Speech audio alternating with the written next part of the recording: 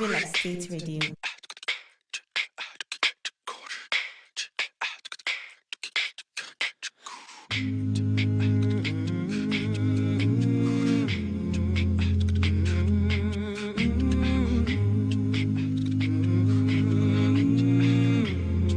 This is Cedarwood Luxury, Nigeria's first Villa State. They told me a newborn king to see Our finest gifts we bring to lay before the king.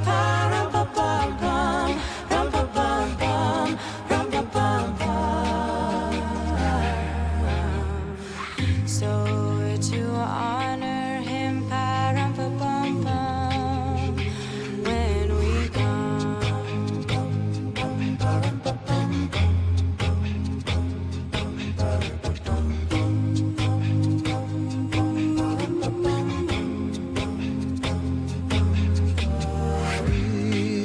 little baby. Akachukwu. Akachukwu. Akachukwu. Akachukwu.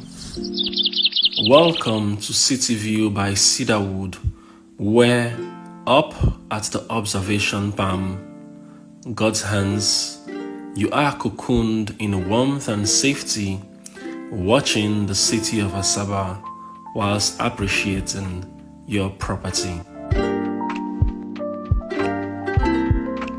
Beyond its impressive architecture, amenities and features, City View by Cedarwood is on an elevation that gives the feeling of growth and progress, especially when you take a look at the city standing on its soil or up at Akachukwu, God's hands.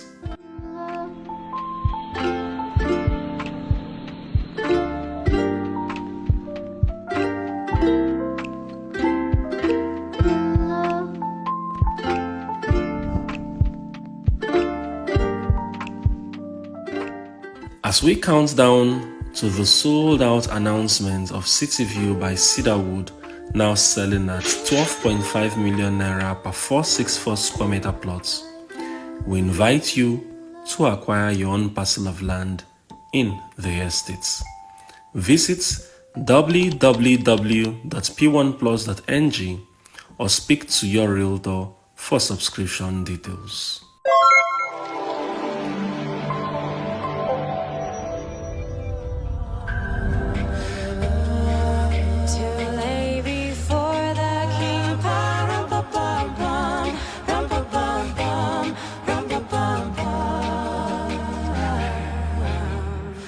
So to honor him,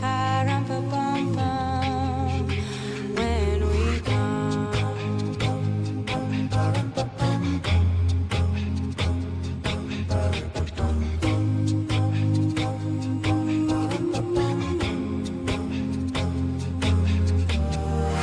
Little baby, I am a poor boy too. I have no gift to bring, that's fit to give our king.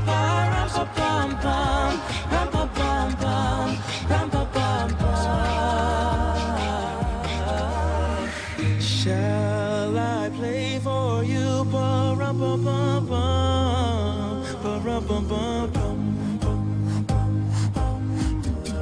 Very united, the ox and lamb kept time, I played my drum for him, I played my best for him,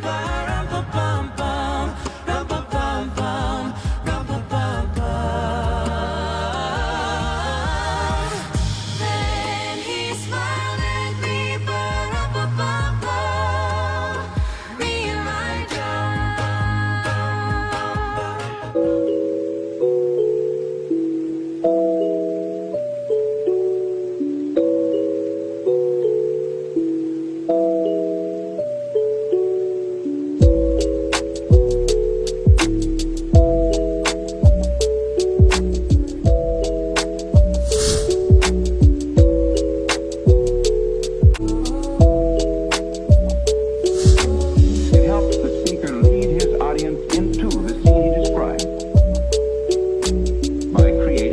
imaginary picture. Usually it's something that moves.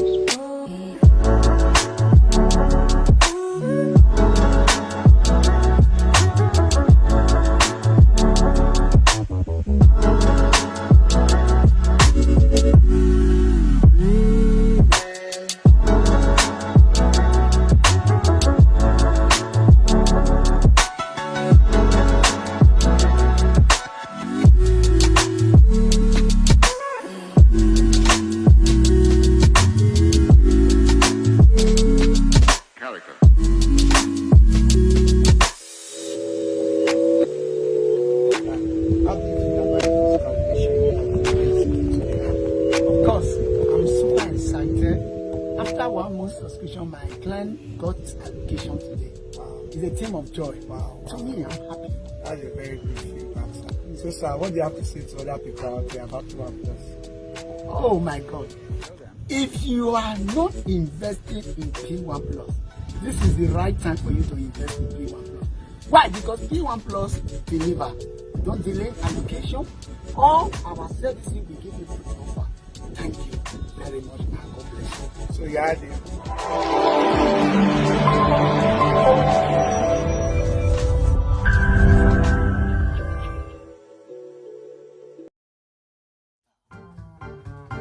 Merry Christmas, ladies.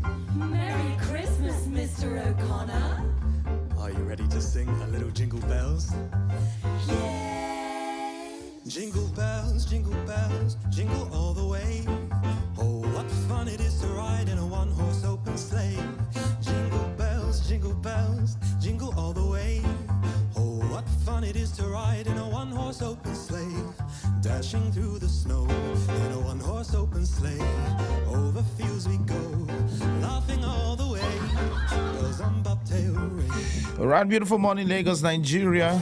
Welcome to the Morning Delights show right here on Nigeria's Fast Real Estate Radio, Cedarwood Luxury Online Radio. My name is David, and it is such a delight to come your way this beautiful Wednesday morning, bringing to you the Morning Delight program that comes your way every Wednesday at 10 a.m. And of course, as we draw nearer to that very special day of the year that we all look forward to, young, old, and also even those coming ahead. Yeah, Christmas Day, of course. Dashing through the snow. We are dashing In a one-horse open sleigh. one-horse sleigh. All the fields we All right, Lagos, Nigeria, welcome everybody. Welcome.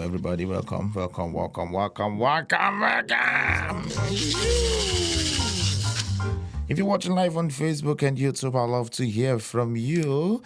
Do not forget to like, to comment, and to share. Let's know where you're watching us live from. Let's know where you can hear us live from. And also ensure that someone connects on your account. Ensure that somebody joins this live stream because of your like and your comment and your share. All right, it goes a long way to letting everyone know what is happening at this very moment. All right, quickly, it's exactly 9 minutes past the hour of 10. The Morning the Light Show is a very program that brings your way diverse conversation. And this beautiful Wednesday morning, at the same time, I wanted to say Friday and Monday.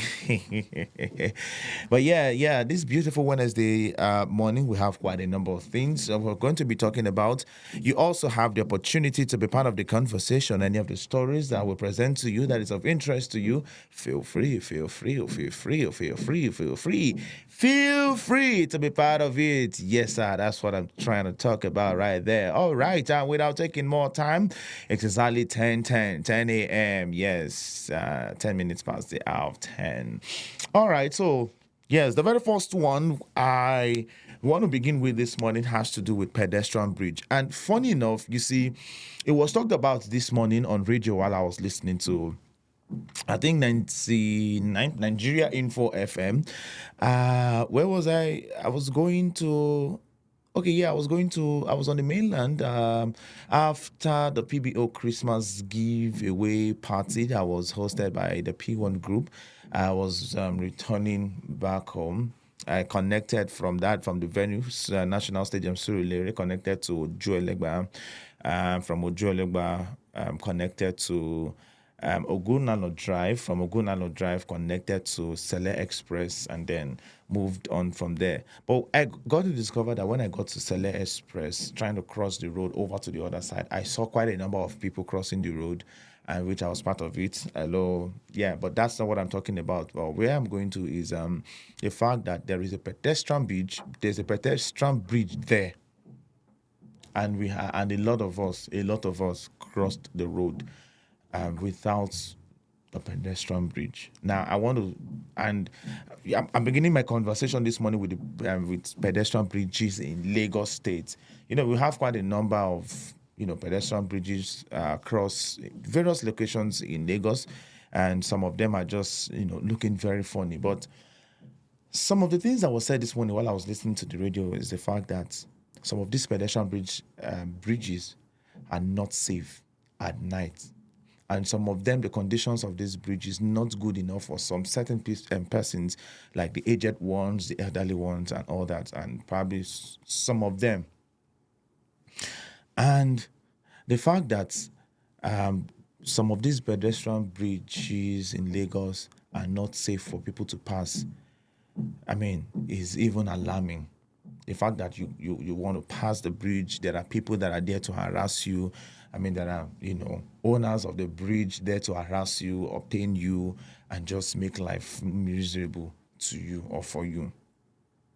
It is something that we should look into. It is something that should be considered.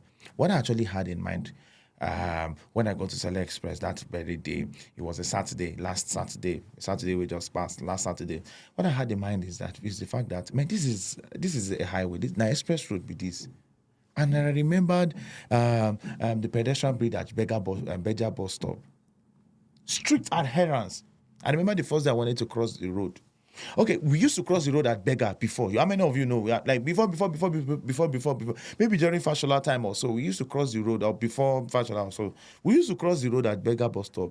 Until when that road was rehabilitated, was repaired, the bridge was built or something like that. I wanted to cross the road, and something just was like the Spirit of God just told me, Oga, look very well. And I noticed something. I noticed that people were not, crossing the road as usual as it used to be. I just had to carefully look, and not true. People know they cross road like before. And then I noticed that, there's a pedestrian bridge now, so people no longer cross the road. So in other words, if you cross the road, anything that happens to you happens. Is either you are waylaid or motor waylay you, whichever way, something will shall happen. And then I also got to discover that even after then, there is strict adherence to people using the pedestrian bridge at Bega bus stop. And what I'm trying to say is, it should also be applicable to other locations in Lagos. It should be applicable to other locations in Lagos. Citing Oshodi as another example, currently we have a number of people. I'm not sure people still cross the expressway at Oshodi. The last time I followed Oshodi back to the mainland, I had to use the pedestrian bridge. But before, I used to, just use down corner and just cross the road. Even when I know that, I'll just carefully look. But when the last time I used Oshodi returning to the mainland, I discovered that, quite a number of people, people are no longer crossing the express road. Why? Because there is strict adherence. There is now strict adherence to people crossing the road.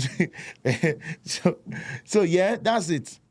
So it should also be applicable to other locations in Lagos. Sele Express. So yes, Lekki now, Lekki phase 1. Is it Lekki phase 1 or Lekki bus stop? People still cross the road. And the pedestrian bridge is not there. And yeah, there are quite a number of reasons why people don't use the pedestrian bridge, but there is no reason that is excusable if you're not crippled or you're not an aged person, or an elderly person or something. You're not physically challenged. And some of these bridges should be built in such a way, just like the one we have, at least in some locations, some of these bridges should be built in such a way that both the elderly ones can make use of it, the physically challenged ones can also make use of it. Everybody can make use of it, comfortably. We should even advance. Yes, we should advance. I don't know. This is what I'm thinking right now, yeah? So we should have pedestrian bridge where people can just enter something like a lift and it just takes you, lifts you up and cross. Get what I'm saying? I don't know what that thing is called, but you just sit inside of it and it crosses you to the other side and it drops you and you're off. You don't need to climb the long stairs, do some kind of physical. I mean, the staircase part can be available for those that just want to use it as an example. I mean, as a way of exercising their feet. But for people that don't have the strength to climb hundreds of to take 100 steps and then walk a long distance and then come down again another 100 steps, there should be a means of which a form of an elevator or something that just elevates you and crosses you, takes you across the road and drops you, and life is easy at the end of the day. So yeah, I'm just thinking, I don't know, but what is your particular take on this very one? And do you think it's something that should be done? I mean, it's not something that you should think, but it is something that we should all support.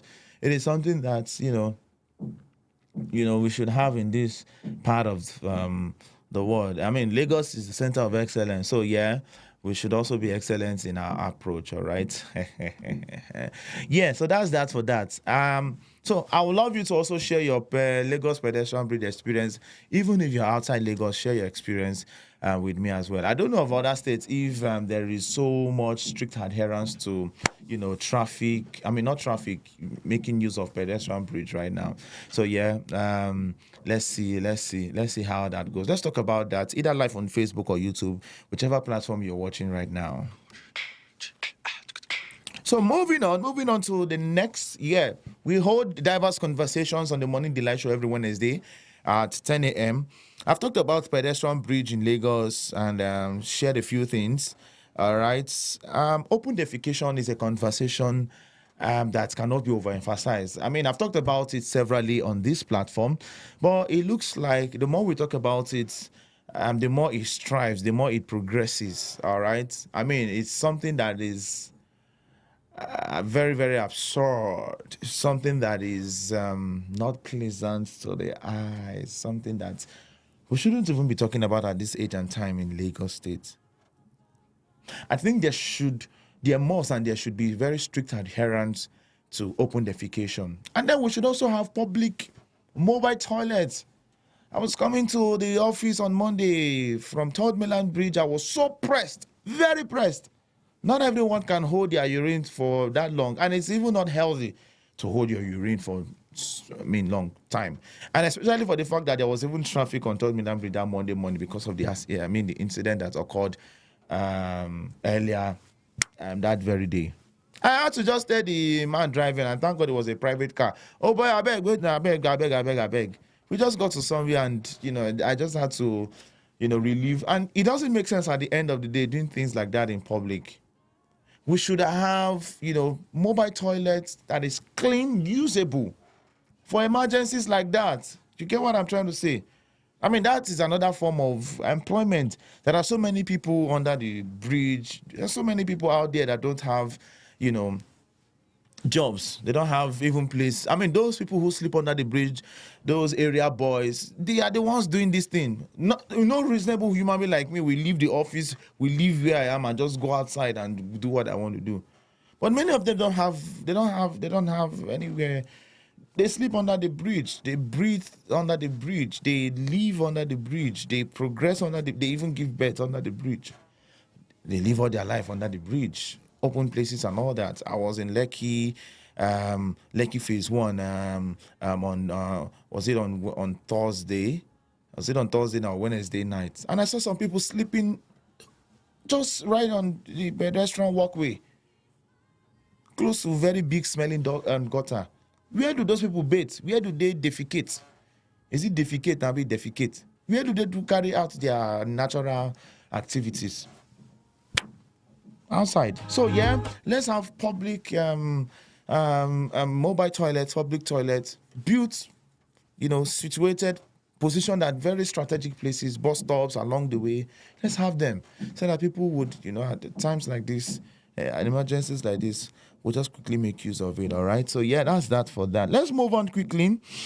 Beginning with some very funny experience that happened. A Christian man. Let me look for this one. Something very, very funny happened during the week. I just came across a video, and it's quite unfortunate. I'm going to dwell on that a bit, and I just think I need to take a quick break and return. But yeah, so this is it. A Christian man went to the hospital and disconnected a patient's oxygen supply, hoping to heal the patient through prayers. The patient didn't survive. Quite unfortunate and very, very not. It doesn't make sense at the end of the day. I mean, I don't know if how many of you came across that gist on social media, but that's a high level of foolishness. Believe me. I made a comment on that very video. I said, even God will not instruct you. God will not give you that kind of instruction. Because God is not a God of confusion. And, very, very, you should, let's just listen. Let me even try and play an audio of what he was trying to claim. Open. Because I trust Jesus. He's saying here, I trust Jesus. It's okay. Somebody said that he knows him. Who? That guy. You know me. That used to be a person. You didn't know me. Okay, he's mad. Why would I talk no way? Yes, it's only a madman that can behave like that. The patient is dying. What's the patient? The patient cannot die. Ha. Who told you? He's even saying a patient cannot die. Is he a patient? I beg, I want you to take me. Now your patient. The patient is not your patient. You just walk in the ward and remove oxygen from the patient's face. Lord of Jesus. And anything for here. No, but honestly, it's not really funny. I said, another man, that's what head no. Uncle, it's just an attempt to behave like that. Okay, now God. Happening live at Baminda Regional Hospital. Now, the other side of this conversation is from a comment I want to read. It's deeply concerning how someone could gain unauthorized access to a hospital ward, approach a patient, and act without being stopped or challenged by staff or security. This raises serious questions about the hospital security protocols and staff vigilance. Immediate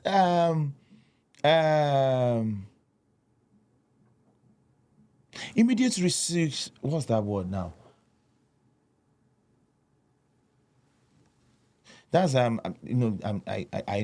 it's just giving me that tongue twins is as resuscitation efforts for the patient should have been a priority. All right. Now, and the delay in action is alarming.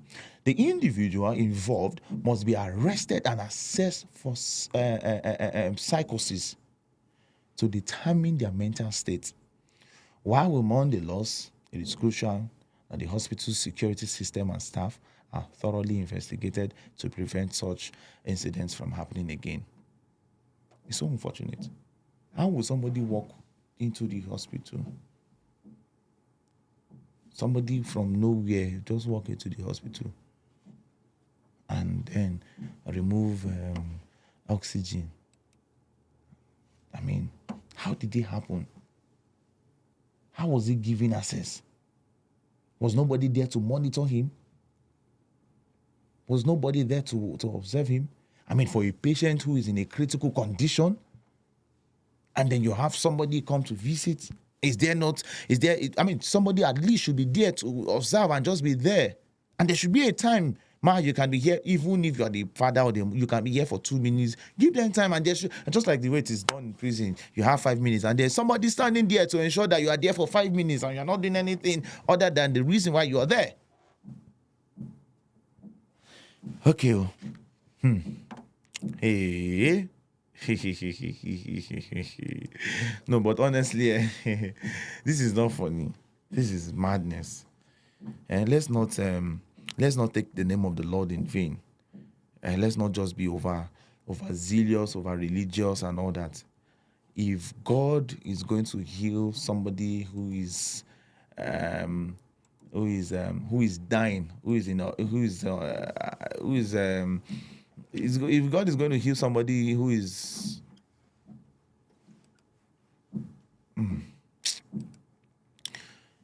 Who is if God is going to heal somebody who is on oxygen, that's what I've been trying to say. If God is going to heal somebody who is on oxygen, you don't need anyone to take that oxygen. The person himself will know that something has happened and he won't see the need of the oxygen anymore. God, I beg. Yeah, so what's your take on pedestrian bridge? What's your take on the pedestrian bridge gist I've given to you? And also, what's your take on open defecation, either in Lagos or anywhere you're watching it from? And then, what's your take on this very one? What are we going to call it now? Are we going to call it over faith? Are we over Christianity? Are we over religiosity? Are we over Sabi? With what exactly are we going to tag? What exactly are we going to tag this situation? I'd love to hear from you, either live on Facebook or YouTube. Not also forgetting to like, to comment, and to share. Who is this one saying he's watching live from Abba? The name looks like somebody I know. Okay. All right. Okay. Oh, yeah. Kenneth. All right. Thank you very much, Stanley Kenneth, watching live from Abba. Okay, so I was thinking he was a friend of mine, a Kenneth that I know that is here in Aja. I just had to go through your profile to be very sure. All right, moving on. Now, let's talk about Japa by all means. Oh my goodness. I forgot to actually upload the video into the streaming software. Japa by all means. Okay, so let me just take the story from here. Oh my goodness. I forgot to upload the video. I would have shown you, would have displayed the video for you. To understand the seriousness of Japa by all means, you know. This matter. Now, just listen to the audio. Okay, so yeah, there are quite a number of things playing right there. Let me see. Mutes. Okay. And all right, so okay, I will yeah. get first some water and some chocolate for you. Then I will get you. Do you know how to swim? Now this is an officer. Let me just use the word an officer giving water So to take some food, take some water. two people, about two of them, telling them they are coming. They are here to rescue them. This is the moment Brazilian Federal Police Yes, rescued Brazilian four Federal Nigerians Police. who had spent 14 days above the rudder of a cargo ship. The migrants had run out of food and water on their 10th day at sea. Thank God Opemibo Matthew Yeye is one So of them. you know what? This is all agreeing so that everyone would understand and get this thing. I'm just going to move on to something else, and then I'll try and see how I'll get that video uploaded, even as we're moving on to something else. Let's just move on to something else. I'll return back to that story. I'll return back to that. So somebody remind me. I'm returning back to Japa by all means. We're returning. I want you all to see that this thing. Now let's go to Kemi Badenoch's conversation. Kemi Badenoch's conversation. It has been a conversation that has been on for a while now, and I've been ignoring that conversation because it is really, really annoying. It is really, really annoying the way it has been going on in Nigeria. Yeah, I've actually been avoiding that conversation, but no, I just have to okay, you know what? Let's just talk about it. Let's just talk about it, and also feel free to contribute to the show. Let's take this very conversation that was held on Arise News. I think it was yesterday or so, or some days ago. Let's take this very video from Arise News, and then we'll return and continue. Before I come to you, in another interview, Kemi shared a negative experience with the Nigerian police, comparing them to the British police. The conservative leader spoke with the Free Press, where she described the Nigerian police as thieves who stole her brother's watch and shoes. Let's take a look. Do you trust the British police? I do. But remember my experience with the police in Nigeria was very negative. And coming to the UK, my first experience with the police was very positive. The police in Nigeria would rob us. So when people say, "Oh, I had this bad experience with the police because I'm black and they're white," I was like, "Well, I remember the police stole my brother's shoes and his watch." His shoes? Yeah, they took his shoes and his watch. It's a very poor country, so people do all sorts of things, and giving people a gun is just a license to intimidate. But that's not the bar we should use for British police. Obviously, it should be much higher. But my experience was so positive when I was burgled, for example.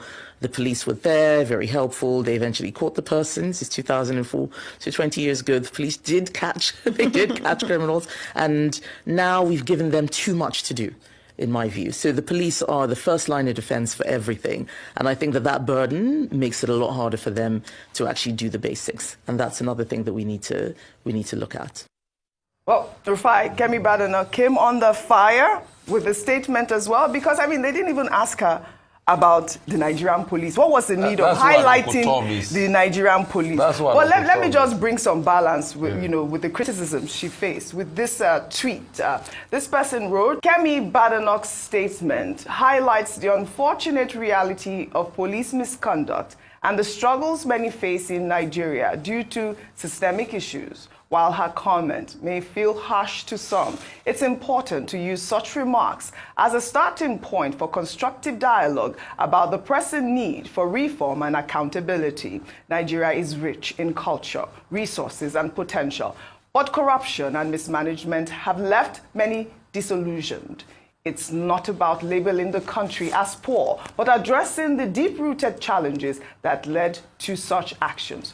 True progress will come when these systems are overhauled and the people are empowered to demand better governance and justice. While this tweet is quite apt, we cannot say that the British police is not corrupt either. Very, very what corrupt. What really is going on here with Kemi Badenoch? Fantastically corrupt. Couple of things, Audrey, and please, I beg you, please give me time. Go ahead. Good, very good.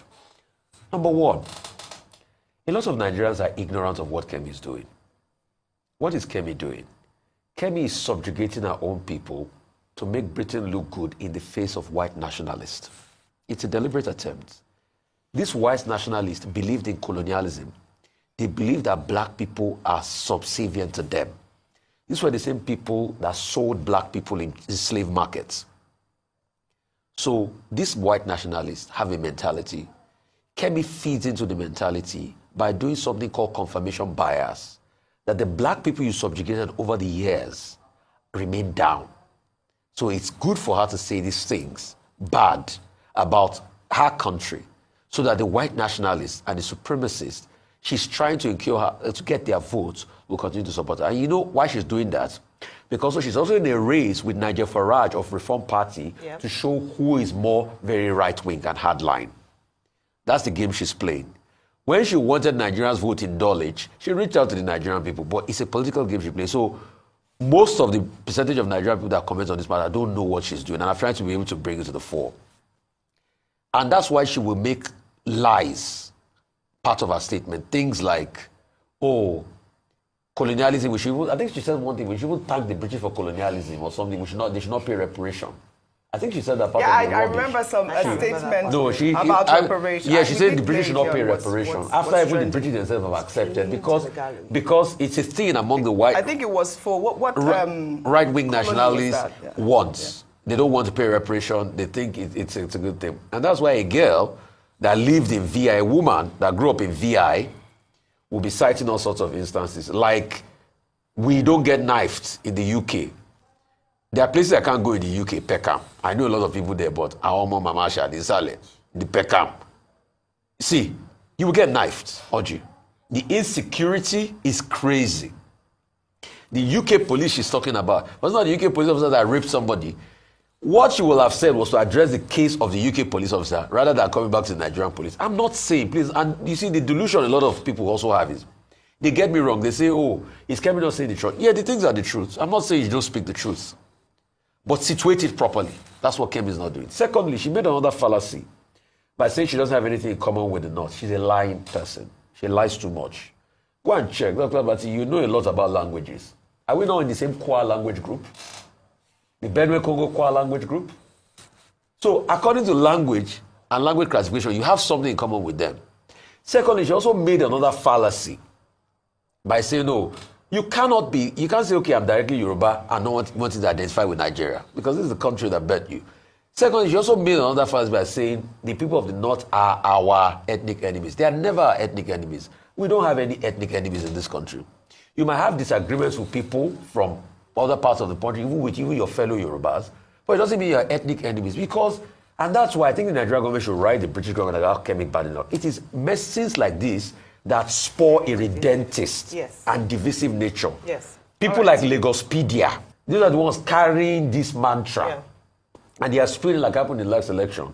Because when you start to say things like this, you forget this was the same narrative they were spewing in the 60s during the Civil War, when the October massacre happened, when people were killed in Kano. This was the same narrative. Right. So that's incitement, and that's what we should write about. And lastly, please, nobody's saying we should not point out our experiences, but we are saying situate it properly. Every nation in the world, if I'm to also write my experience about the UK, it's not that good. But she's not situating it properly because she wants to say these things to make the right-wing people love and support her for election gains. All right. It's not my business if Kemi becomes prime minister or not. Agula Agutete, she will do a tenure or two and leave there in the end. But it's the damage she will have given and the way she will have emboldened people with all sorts of racial confirmation bias that I'm scared about in the country. All right. Well, Ayo, before I come to you, though, still on this Kemi Badenoch issue. Well, amid the backlash, users on social media pulled up a video of British-Nigerian boxer Anthony Joshua's Commonwealth Day speech back in 2020 when he addressed the royal family. The former heavyweight world champion, who spent part of his childhood in Nigeria, said that he is proud to be a Nigerian. My name is Anthony Oluwafemi Olasheni Joshua. And like many of you here, I'm a child of the Commonwealth. I was born in Watford, and my heritage is Nigerian. I come from the Yoruba people, who are the largest, and some might say the loudest, ethnic group in all of Africa. I am proudly Nigerian, and I'm proudly British, and I join a long line, perhaps too long to count, of UK citizens of Commonwealth origin who've made enormous contributions to this great multicultural society of ours. Like me, so many children of the Commonwealth have two homes, two identities, two cultures, and two ways of viewing the world. Some even have more than two. These days, we hear so much about division and difference that some might be tempted to see that as a bad thing. But on the contrary, it's a beautiful thing, a thing to be celebrated and cherished, and a great source of peace and stability. I feel opportunity should be there for the taking, along with hard work, dedication, and perseverance, regardless of one's background. In the same way boxing gave me the opportunity and framework to become Olympic champion, Commonwealth champion, and now into heavyweight champion of the world. But I ask myself, what does the Commonwealth really mean? The second part of that word is key for me. A united common future could create opportunities for our Commonwealth cousins. So, here's to fish and chips and a goosey soup and pounded jam, to the UK and Nigeria, and to the children of the Commonwealth. Thank you very much for listening.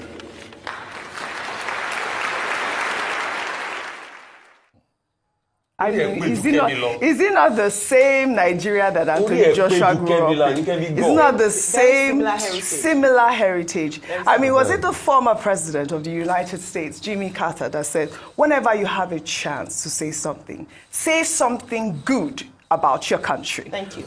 And I thank you for that, because I want to address people who are supporting what Kemi Badenoch says, saying she's not saying the truth. It's good. Let her, especially, usually the opposition saying that let her put a lot of pressure on the government. What you don't know is that when she shapes narratives like this, when you go for a visa application, they're not going to ask you. Oh, yes. Everything she says that is shaping the international community's view of Nigeria based on her experience and the leverage she has as leader of the opposition would affect the way that that you as a Nigerian are being perceived. And that's why you should fight for your country. Absolutely. You might not like the way that the government is, but let me tell you something. It doesn't remove you the way that everybody sees you. So if they see one person as a thief, best believe that when you go for an application or you go and speak anywhere else, they're looking at you as a thief. And that's why a lot of people spend money to manage the image of their nations. It's not because nations are perfect. Like we said, if you look at the UK and people who live in the UK and experiences we've had, whether with the police or whether with the people, we won't come out and be speaking like this. But they never denigrate. And that's why I'm very ashamed when people are saying, oh, she's saying the truth, keep on putting fire on them. It's a shame to this nation that no matter how much hate you have, whether for the government or for yourselves, you are happy that your own heritage, you have only one nation. You have only one heritage. It is Nigeria. You cannot run away from it. Right. If they insult Nigeria, they insult you everywhere you go. And I'm so proud of Anthony Joshua. This is the kind of narrative that we should hear. Also, I hope he also reflects the kind of personal leader that Kemi would be. Absolutely. Divisive and willing to speak against and cause ethnic tensions in order to drive home her agenda. There's no difference between her and Nigel Farage. The only difference is that she's black, he's white. They are doing the same thing in principle in terms of saying that we are better than you. I am better than you. That is what it is. Well said, Ayo. Well said, Ayo. Well, I hope Kemi Badenoch borrows a leaf from Anthony Joshua and, you know, emulates statements like the one that he made at the Commonwealth Day. And I'll also like to reiterate what... All right. So, yeah. now, you see, this conversation has really brought a divide. I mean, there are people... just like there are people who are on the side of Kemi, and there are people who are on the side of the federal government and Nigeria, just like what you've heard. Let me just sit on defense this morning concerning this particular case. I'm just not going to spend so much time on it. So yeah, I don't know what side you're in, but I would love to hear from you. Tell us, do you agree?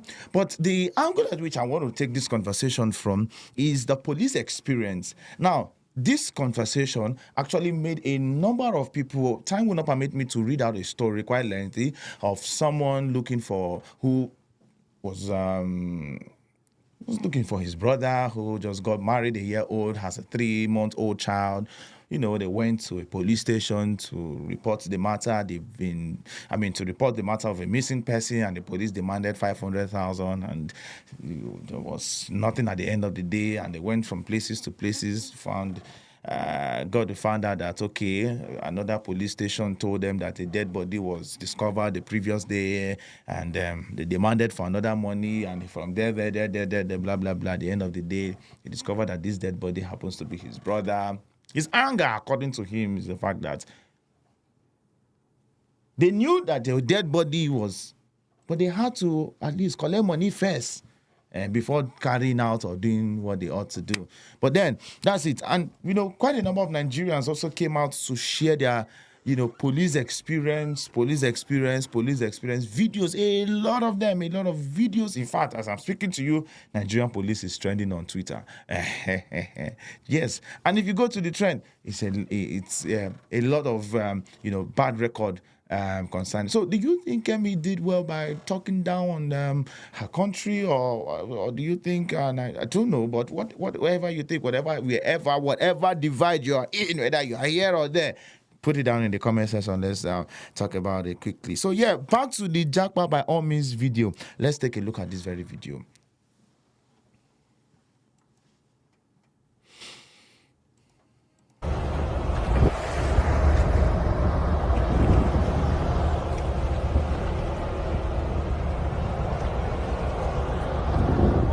We're the federal police. We are here to help you, okay? Do you have food and water? Okay, I will get first some water and some chocolate for you. Then I will get you, do you know how to swim?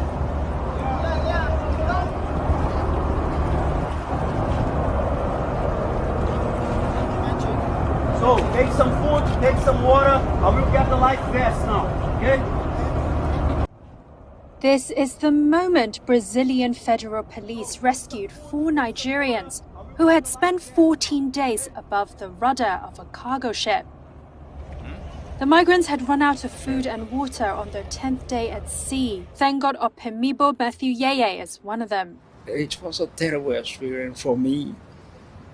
Being a first time, I've never tried that before. But because I already made up my mind to leave, so I just summoned the courage, But then it's not easy, seeing the sheep, shaking, I was so scared. 2 of the men have since been returned to Nigeria upon their request. Yeye and the other man, Roman Epimene Friday, have applied for asylum in Brazil. I pray the government of Brazil and Casamento, the migrant there, should have pity on me, have mercy on me to maybe look for a better job for me to work.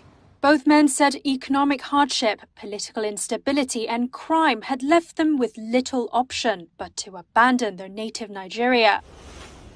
Friday said his journey to Brazil began on June 27th when a fisherman friend rowed him up to the stern of the Liberian-flagged Can Wave, docked in Lagos, and left him by the rudder. To his surprise, he found 3 men already there, waiting for the ship to depart. He said he had never met his new shipmates and feared they could toss him into the sea at any moment.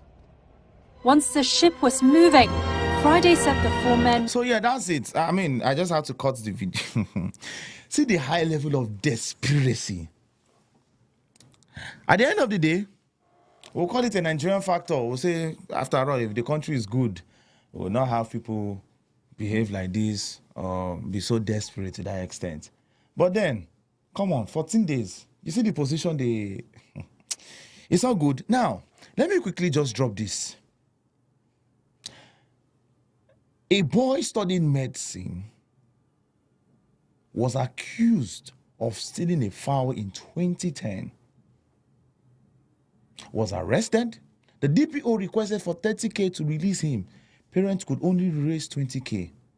The boy spent 14 years in prison.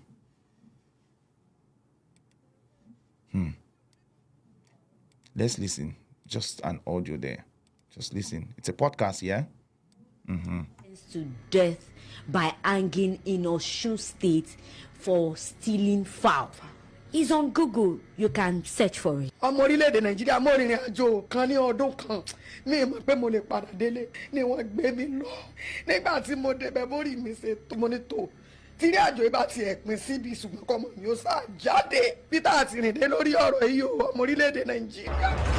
àwọn ọmọ yẹn pé wọ́n ní àti adìẹ ẹ̀yìn kankan gbogbo àwọn tí wọ́n sá wà ládùúgbò náà sá ń bá wa bẹ̀ pé máa sá lọ gbà tó lọ́yọ̀ ó tiẹ̀ mọ́ parẹ́ ò mọ́ ọ̀ tiẹ̀ ọjẹ́ ọ̀ bàtí ọlọ́sà ti ṣe tí wọ́n ti rí ẹmú yẹn yẹra ó sá dì láì ní pé òní sá pé nǹkan tó mọ́wọ́ tẹ̀ mẹsẹ̀ kan wá mú o kò sá o tí àwọn ọlọ́pàá yẹn tí wọ́n fi mú àṣà wọ wàhálà yẹn. ó sá ń ka ìwé yẹn táwa náà dẹ̀ rí i pé ló ti kọ́ tó ń kàwé yẹn ó graduate níbẹ̀. bẹ́ẹ̀ pé àní owó lọ́wọ́. ẹ wá lọ sí fún graduation ni kí ló read medicine ló read ó read medicine lẹ́wọ̀n.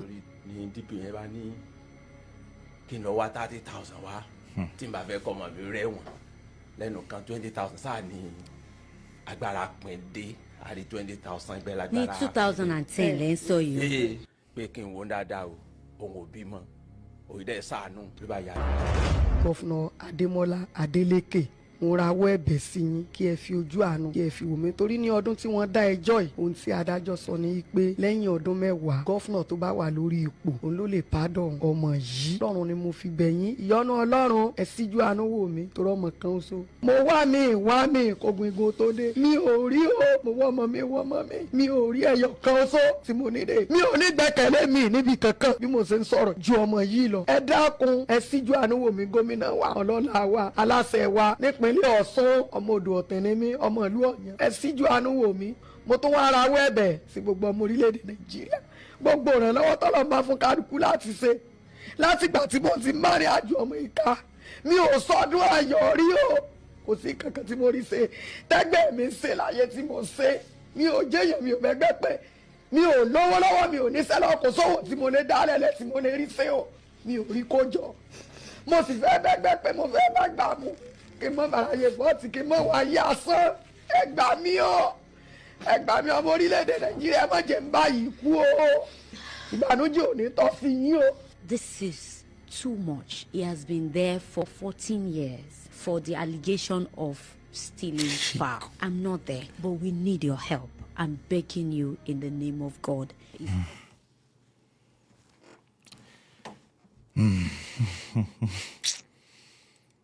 You know why many people will go for generational deliverance from generational curse?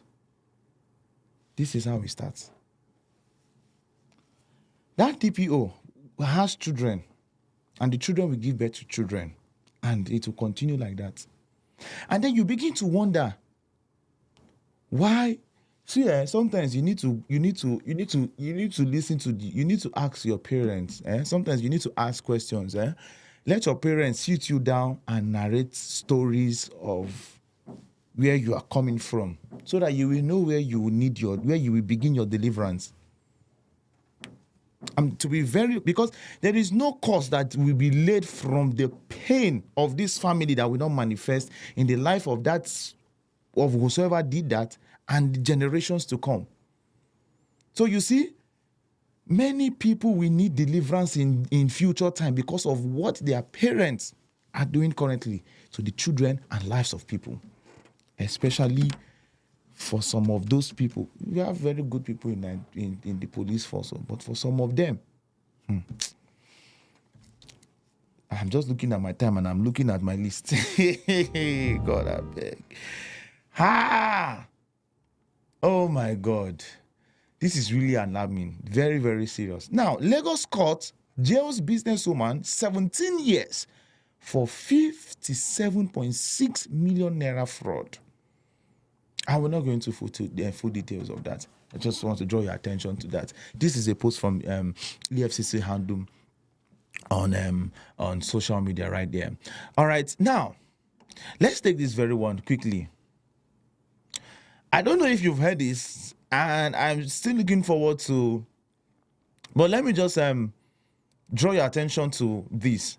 Federal government directs Lagos property owners to pay ground rent, a revenue move with complex social impact. One, the federal government's directive for property and landowners in Lagos to pay ground rent directly into government coffers raises key questions about revenue generation, inequality, and poverty. While it aims to plug revenue gaps, the ripple effect could exacerbate existing socio-economic challenges. Let's unpack this. 2. What is ground rent? Ground rent is a fee property owners pay for using leased land. It's a legitimate revenue tool helping government monetize real estate. But in a country like Nigeria, where poverty and inequality are widespread, the implementation and timing are critical to its impact. 3. While it is the federal government, why is the federal government pursuing this? Revenue needs. Nigeria faces an urgent need to diversify revenue beyond oil, especially with mounting debt and dwindling foreign reserves. Lagos as a revenue hub, with its high land value and economic activity, Lagos is a natural target. Ground rents could unlock significant funds, but for whom and at what cost? Case study: risk amplification in revenue policies. Let me see. Oh, it's so long. I can't take it because of our time. I'll just read this very last part.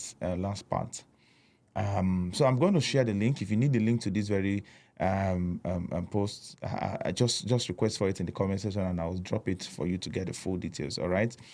So case study. I said amplification in revenue policies. Policies like this amplify existing risks for vulnerable populations.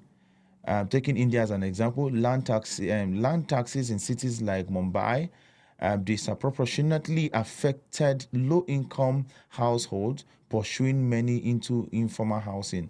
And Ghana, as another case study, Accra's property taxes lead to increased evictions as landlords pass the cost to tenants. In Lagos, these risks could mirror global trends. And it goes on and on and on and on and on and on like that. So yeah, I'm here to just If you need the link to this very post, just put it down in the comment section. I'll drop the link and for you to get the full details. I'm rushing. I have less than 3 minutes to be out of here. Inspector General of Police Egbetokun bans Nigerian police from arbitrary arrest, detention of youth, collection and checking of phones. So just become aware of this. So in case you find yourself in any situation, you bring it up. Now, we led Nigerians. This is just going to be the last video we're going to take. I think I'm going to shift other videos to another time. We'll have the FCT minister and this Obasanjo video and Oshimole. We'll take the other 3. So let's just take this very last one. Yes, we'll take this very last one and we'll call it a day. Reported against the wish of my colleagues. I am completely disappointed because, what we told Nigerians was not what had happened in 2015. So it was a lie. We lied. We should admit we lied. To Nigerians. To Nigerians. You deceived Nigerians. We deceived. Even though we use deceive people, the PDP, for campaign, but of course we were a replica of what we were accusing the PDP of. Or even worse. Worse. Not even. Eliminate the word worse. But Buhari was a catch, isn't it? People wanted the exit of PDP, thinking that Buhari was the Messiah at the time. But now there are those who will say Buhari was a disaster. Those who do not see that Buhari did anything good in that 8 years will think that Buhari wasn't the best for Nigeria at the time. What happened? Buhari was also used and done. Who used him? Buhari's charisma was needed at that point in time by the political elite to eliminate Jonathan. And shortly after Buhari had taken over power, these sets of political elites emerged and hijacked government. And Buhari was a stranger. I can say this at any point in time. Buhari was a stranger in his own government. And I can corroborate this because I went to see the president in 2020 when I was out of office. And I told him, Mr. President, this wasn't what we told Nigerians. And that I have conscience. We campaigned and convinced Nigerians. When I look at the type of investment the common people put in our government, and here we are today with insecurity. When we came in, it was only the Northeast. As at 2020, I told him, it was not possible to even travel from Abuja to Kaduna. And I dared him. I said, Mr. President, if you disbelieve what I'm saying, or what I was saying, please, roll out Brigade of Gas now, and I join you. We drive from Abuja to Daura. And I promise him that if bandits do not attack him, I will go and die in exile.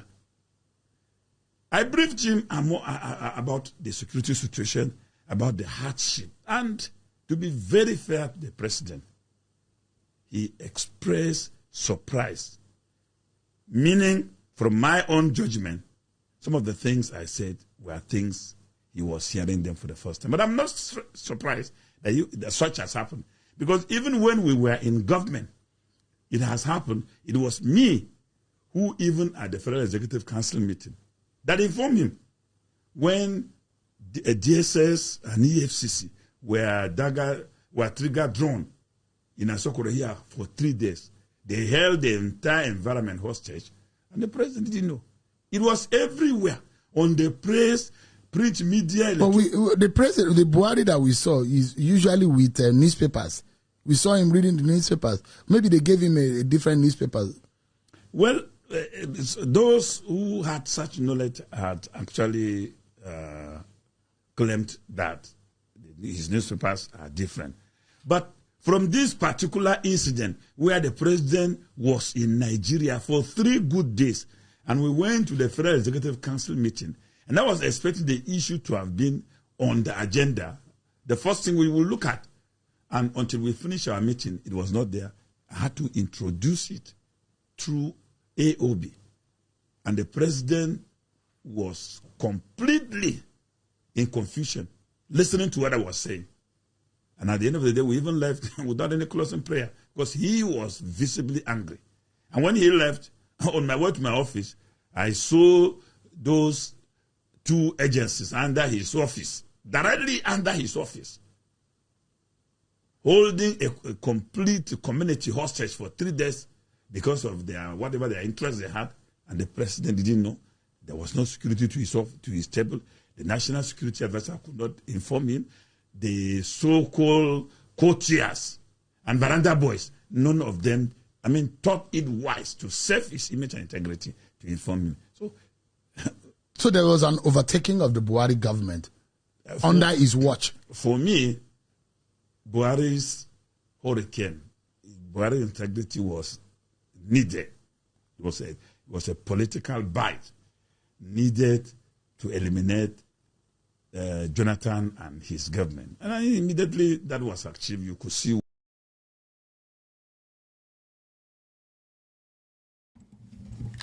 All right, so yeah, that's it.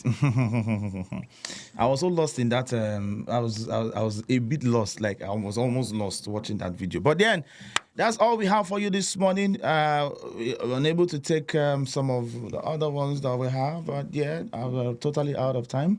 Thank you very much. It has been a wonderful time. See you all again at 1 p.m.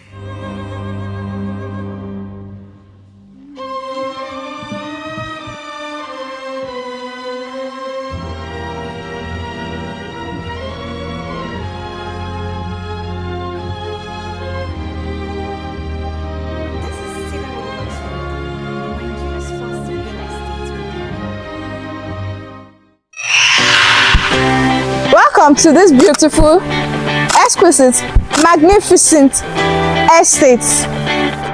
This is Cedarwood Luxury Apartments, located in Ajayi Apata Town, Sangotedo, Lagos State. All amenities in this beautiful estate has been put in place to ensure that your living here will be super amazing. Cedarwood Estate, here within the Ajayi Apata, New Town, Lekki Epe Expressway. I'm the General Manager of the Cedarwood Estate nationwide. We are right now inside the Cedarwood Estate within the Ajayi Apata, as I said. Here we have a series of terraces, we have apartments, we have surface plots where people live comfortably. We have 24 hours service being provided here, like running 24 hours water, running electricity, everything is on point here. This is our phase 1. Phase 2 is still within this Ajayi Apata, of which any individual, if you want to subscribe to our estate, you can come on board. You will enjoy what you have paid for. See is believing. Right now you can see it's a livable estate. There is services running. There is no need for you to panic of anything. You will enjoy your investment. You will enjoy what you have paid for. Come along and come and enjoy what others are enjoying within the estate. You are all welcome once again.